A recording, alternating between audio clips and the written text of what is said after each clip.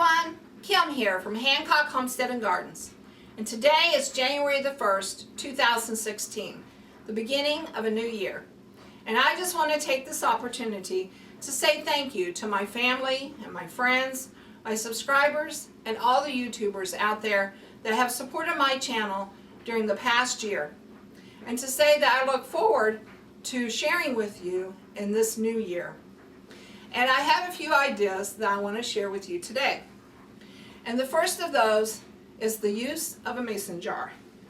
Now, as homesteaders, we know that there are many different uses for a mason jar. We use it in canning for preserving foods. We use it for food storage, dry food storage. My ex-husband uses it to store nuts and bolts and screws and nails. My children have used them to catch lightning bugs, and hopefully soon my grandson will be too. But I read about a nifty idea on a new use for a mason jar, and I want to share that today. I even picked out a special mason jar that says special, and that is to use it as a gift jar, a blessing jar, a thankful jar, whatever you might want to call it. And what you do is each day you just take a slip of paper and you write down something that you are thankful for. And today I'm going to write down that I am thankful to be able to celebrate my God in the way that I choose. Now, we all have different religions, and we all may even have different gods. But I am thankful that here in the United States, we are able to celebrate our religions and our gods in the way that we choose. Actually, I think we have the same God, we just choose to call him by a different name. So, I wrote down that I am thankful to celebrate God in the way that I choose.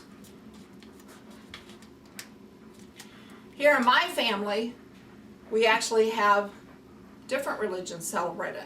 My brother is a Baptist minister, a Baptist administrator. My sister, who is a professor at a university, hopes that when she retires, she can be an Episcopalian priest. We were raised by a mother who said that it doesn't matter how you celebrate God, as long as you celebrate him. And we all do. And in fact, as many of you can see, I still have my nativity scene hanging up, because in my religion, which is the Catholic religion, we understand the story that the kings did not arrive until several days after the birth of Christ.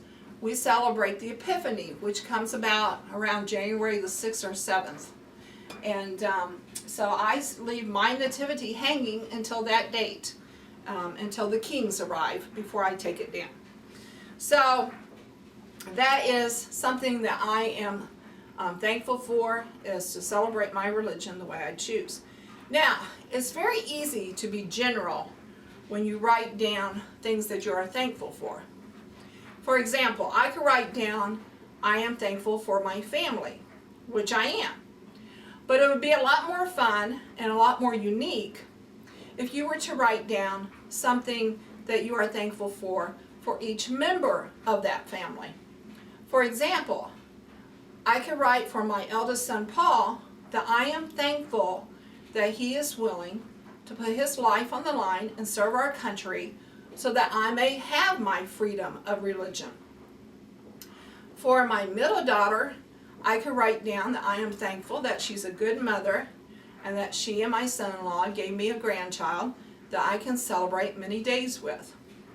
And then I could write for my youngest daughter, Katie, who is in college, that I am thankful that she's such a caring person, that she's studying to be a psychologist, so that she can help other people like her mother who are suffering mental illnesses. So I have three wonderful children, and instead of writing just one note, I could write 3 separate notes about each and every one of them. So when you do your thankful jar, try to be as unique, as individualized as possible. And then at the end of the year, it will be so much fun, and maybe even therapeutic, to sit down and pull out some of the thankful notes and read them, and to see all the blessings that you had during the year 2016. I plan to keep the jar and the notepad next to my recliner so that each day I can think back over my day and come up with at least one thing that I am thankful for. I'm sure there'll be many, but at least one thing that I am thankful for that I can put into my thankful jar. And just fill this jar up until it's all bright yellow. Okay, so I also want to share with you today some of the things that I received for Christmas. Now, I'm not going to share everything because I got a lot of wonderful gifts, but these things are homesteading related. And the first of those is the calendar that we received from our youngest daughter on barns. It's a beautiful calendar that has all of these different pictures of red barns. And I love red barns. To me, there's nothing more beautiful than to be driving down a country road and to see a big red barn off in the distance. They are a beautiful sight.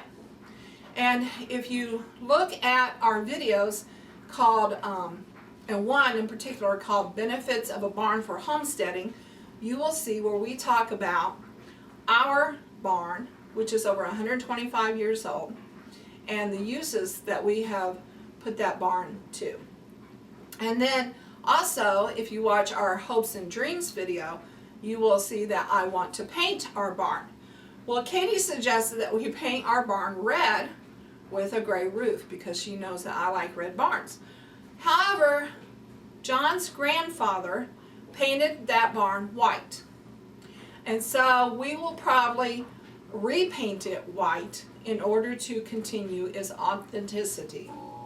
So, but we do enjoy looking at the red barns, Katie, and we will remember you each month through your calendar. The next thing I want to share with you is a gift that my sister got me, and you'll probably be seeing more of it in my future videos, and that is a grow light system. She keeps hearing about how I want to take and put windows into the potting shed so that I can grow seedlings. Well, she helped me get a jump start on that by giving me a grow light system. Now, she too bought herself a grow light system because she is into gardening, and so it will be a lot of fun comparing notes and discussing what we're growing and how it's going. So thank you, Jody. And then she also bought me a few accessories to go along with it, like the root bonding powder that you need. And then I want to share this beautiful sign that Cheyenne, who is Matt's niece, Matt, my son-in-law, has a sister who has a daughter who does wood burning, and she made this beautiful plaque called Homestead, or Hancock Homestead. And she knows that I love hummingbirds, so she put one in the middle, and that is just a beautiful sign that we will hang on our garden wall out here, and we do appreciate it, Cheyenne, so thank you very much. And then I want to share with you a book that my brother made. Now, my brother made this book through, I think, Shutterfly, and it's called A Place Called Boxley. Now, if you live in southern Missouri or northern Arkansas, I would suggest that you take a day trip to Boxley because it is a beautiful place to visit. It's just a little place out in the country. Well, it's a large place out in the country. Several roads that you can travel down, and you will see old barns,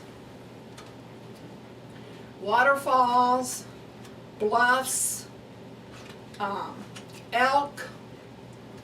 The scenery out there is just beautiful. Country roads with rail fences and barns at the end of drives. And the bluffs are beautiful no matter what time of year you're down there, whether it be spring or fall. And my brother loves to take pictures, and he's very good at it. And so he made me this book called A Place Called Boxley, because a lot of times I will go to visit him, and this is one of our favorite places to go. So thank you, Stephen, for this. And then the last thing I want to share is the shirt I have on. It says, keep calm and hug grandma. Besides being a homesteader, which is just kind of a lifestyle, I am also a grandma. So this shirt could also say, keep calm and homestead. Because if you are a beginning homesteader, we older folks can tell you that one of the things you're going to have to learn to do is keep calm, because there are so many factors that can affect your homestead and your homesteading practices. For example, if you look at the national news, you will see that Missouri is being flooded. Our state has 3 major rivers going through it, and all of those rivers are at flood stages, and so a lot of farmers, a lot of people are having their properties flooded. And so every year homesteaders have to deal with the weather. This year we had so much rain that we were not able to get in a garden. Our farmer that rents our land was not able to get in the crops, and so we had to really deal with the weather. If you deal with animals, you know that there are some years you're going to have diseases, and so there are a lot of factors that play into homesteading. And the best thing you can do is just keep calm, deal with the issues the best you can, and persevere. And that's what I hope to do during 2016. 2015 was a bust for us. I'm hoping that 2016 will be that glorious makeup year. So just keep calm, persevere, and keep going. And you know, it's a wonderful lifestyle, and you'll make it. I mean, we all have. So thank you for being here with me today. If you like this video, please give me a thumbs up. If you have any questions or comments, please leave them in the section below. I always like hearing from you. And I hope to see a lot more of you in 2016. Thank you, and bye for now.